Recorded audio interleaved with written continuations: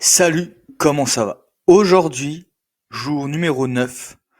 Donc aujourd'hui, on va parler de trois gros sujets. Premier, le concept du jour. Qu'est-ce que c'est un pattern? Les patterns, les gars et les filles. C'est hyper important de savoir ce qu'est un pattern et d'avoir ce modèle mental-là en tête, je pense.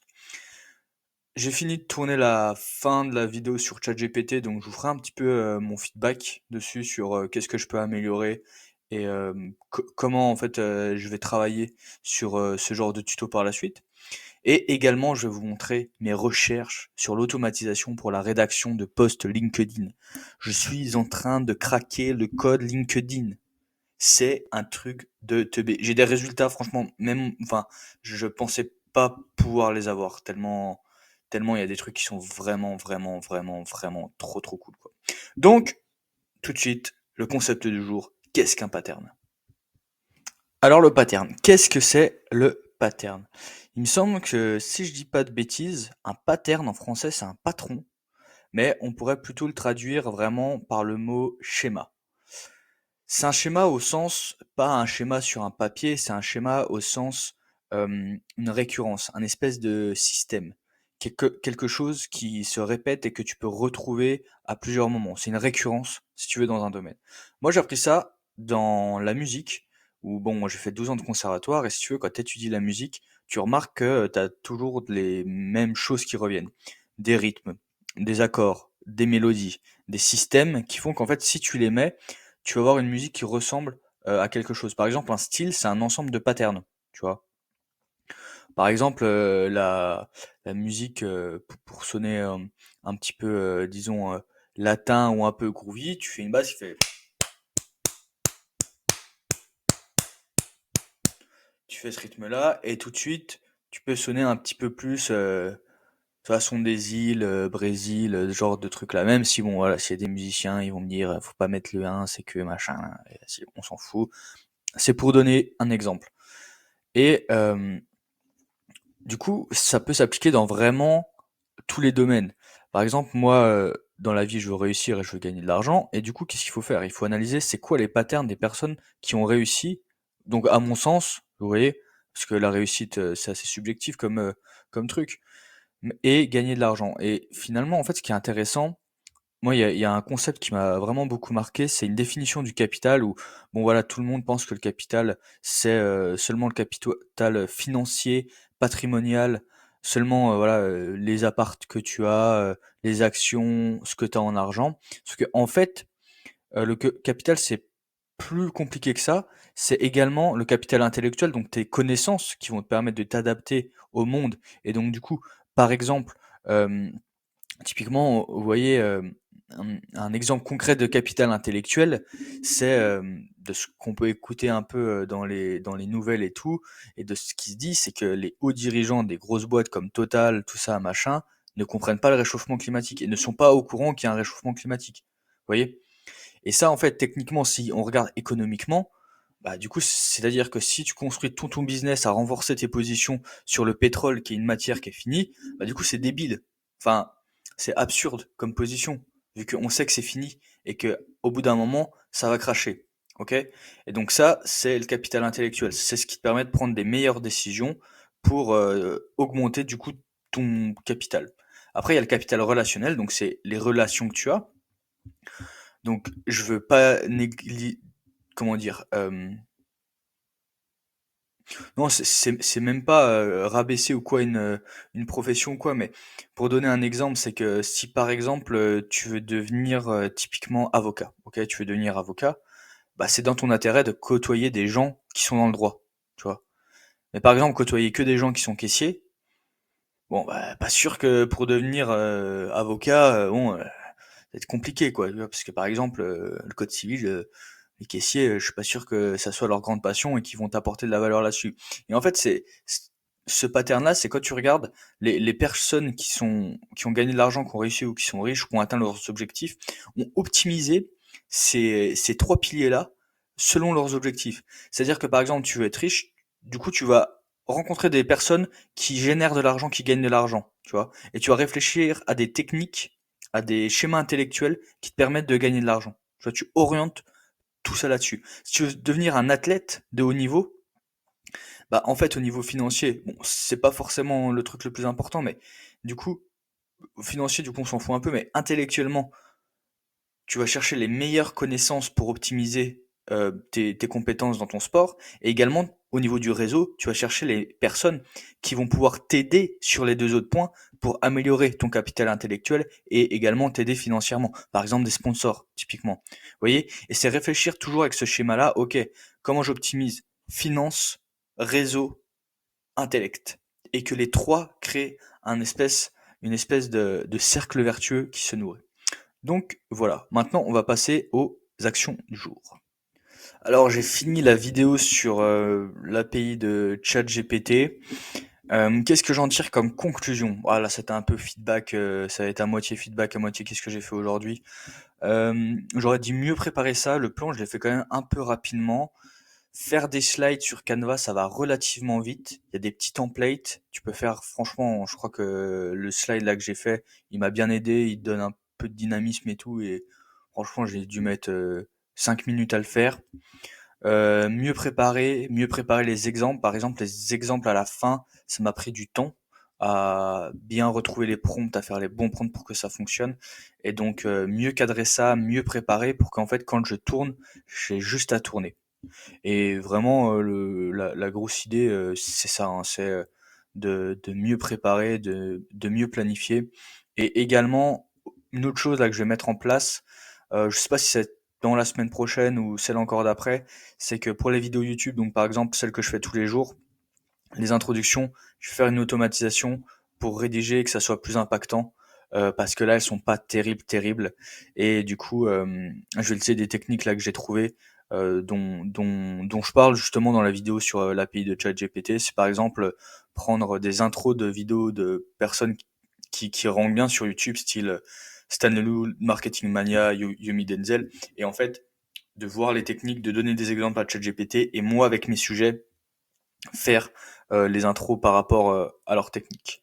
Donc voilà, je vais vous montrer les petites automatisations que j'ai fait sur Make pour faire des, euh, des posts LinkedIn. Et du coup, on se retrouve tout de suite sur Make. Ok, donc du coup là on est sur Make. Alors comment j'ai fait? En fait j'ai un Airtable là que je vais vous montrer là juste ici. En fait j'ai mis des concepts avec des questions. Et en fait ça c'est des variables et comme ça voilà par exemple je mets 20 sujets et ça va me faire des posts sur ce sujet-là. L'idée c'est quoi? C'est en fait de faire des posts LinkedIn pour ce qu'on appelle le top of the funnel, c'est-à-dire des posts LinkedIn un petit peu généralistes sur des sujets qui parlent à tout le monde. Donc par exemple là, comment construire un second cerveau, apprendre plus vite, c'est quoi un modèle mental, la métacognition, des trucs un peu de dev perso. J'ai vu que ça marchait bien, mais j'ai pas envie de faire des posts bullshit en mode hustle, faut taper dans la butte, faut bosser, se lever à 5 heures du mat, faut me boire que de l'eau, manger du riz, tu vois. Le poulet, c'est sans beurre. Putain, on met pas de beurre dans le poulet, je crois, en plus. Ouais, bref, on s'en fout. Euh, et du coup, je me dis, voilà, prendre des concepts comme ça, comme le second cerveau, tout ça, qui te permet d'améliorer, du coup, ton quotidien. Et donc, du coup, hop, là, ça prend les données. Ici, j'ai mis un petit... En fait, là, dans Système, sur chacun des sujets, j'ai dit que tu es l'expert sur ce sujet-là. Donc, par exemple, sur les modèles mentaux, je sais plus qui c'est qui a inventé ça, mais voilà, c'est Shane Parrish qui serait à l'origine de ce concept-là. Hop. Et donc, du coup, voilà, il dit que c'est Shane Parrish. Donc là, je lui demande, explique-moi les étapes pour apprendre ce concept. Sujet 1. Each step is a practical step that motivates people to pass to action. Et là, c'est essayer voilà, de scoper le truc de façon à ce que ça soit que ça commence déjà à être engageant. Après, là, je lui dis que c'est un des meilleurs copywriters pour faire des posts sur LinkedIn et que ces posts ont souvent 1000 likes et 1000 commentaires. Bon. En fait, là, l'idée, c'est que ici, ça mobiliserait des posts et des patterns qu'il a détectés sur des posts qui sont assez viraux. Là, du coup, ça reprend en fait le contenu de ça.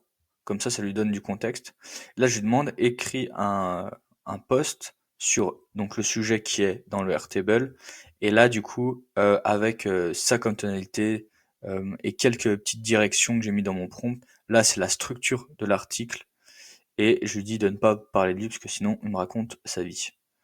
Je lui dis de mettre un petit peu d'emoji dans le post et de ne pas écrire la structure parce que des fois il écrit la structure. Et du coup on va voir ce que ça donne. Hop, là en live. Tac, tac, tac. Donc ça chauffe. J'avais mis un 2 pour en fait je mettais un post et je faisais du reverse prompt engineering, c'est-à-dire que je lui demandais quel prompt tu ferais pour ce post ou décrit la tonalité tout ça. Et c'est de ça que j'ai tiré par exemple la tonalité, le style du prompt.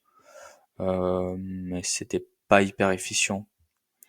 Là voilà, start by understanding what mental model, commence par comprendre ce que c'est, identifie des modèles mentaux, expose yourself, nanana, nanana, tac. Et là on a 6 étapes qui sont pas trop mal.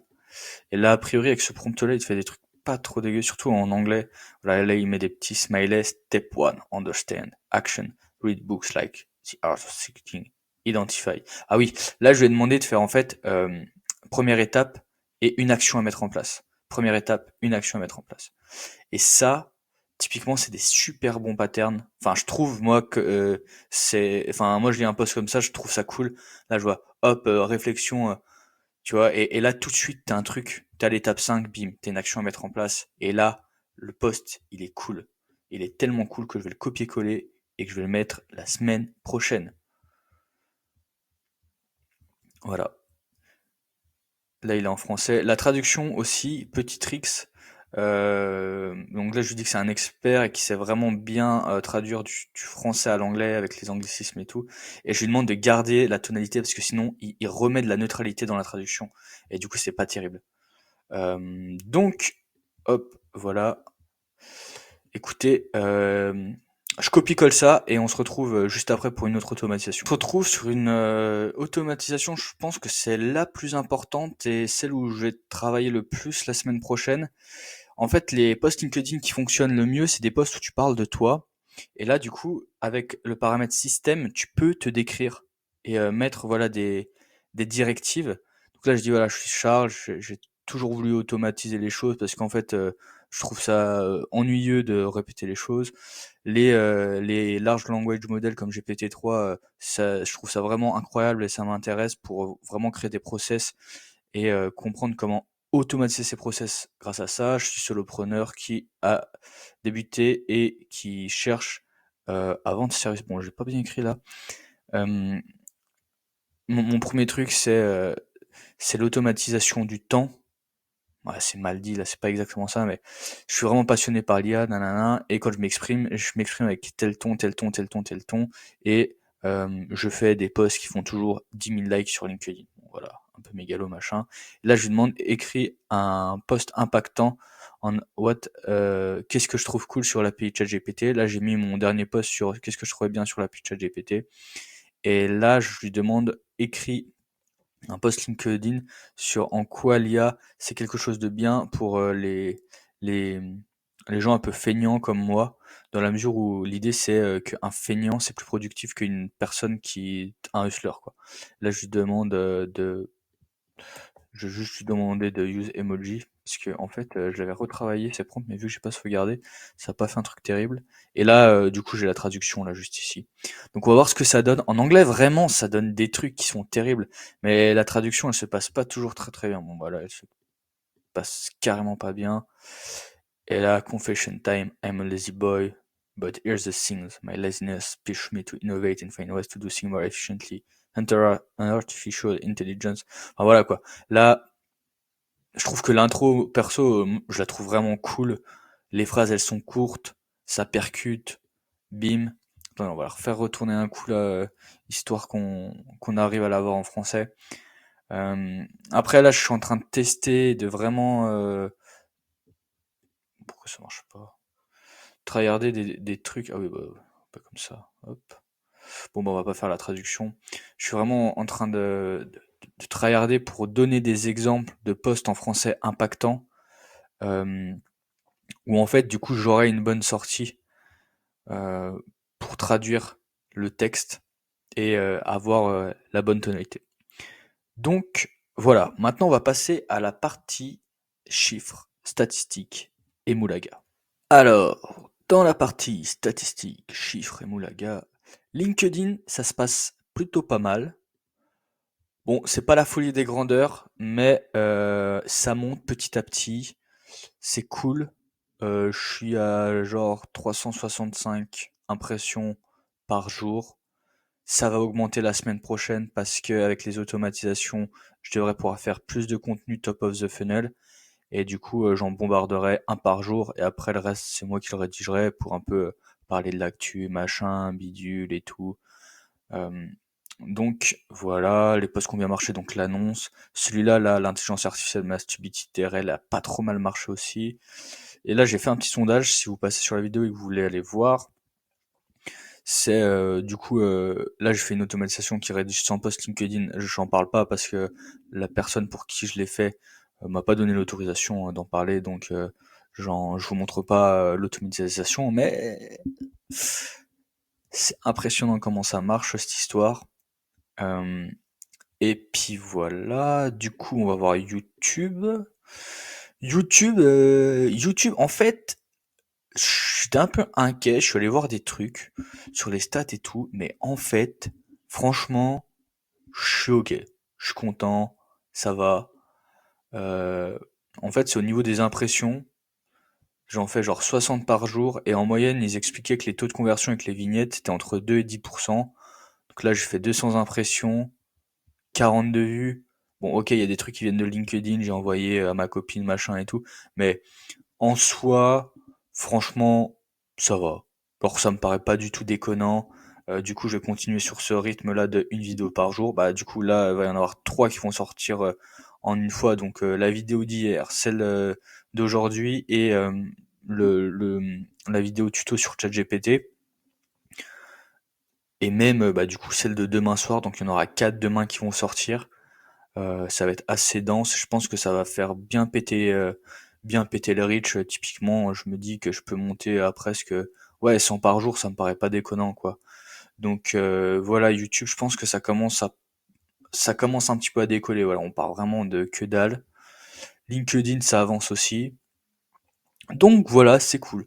Bon, écoutez, c'est tout pour moi. Je vous souhaite une bonne journée. Si vous avez kiffé, eh ben, écoutez, vous lâchez un like, vous vous abonnez, et moi je vous dis à demain. Ciao, ciao.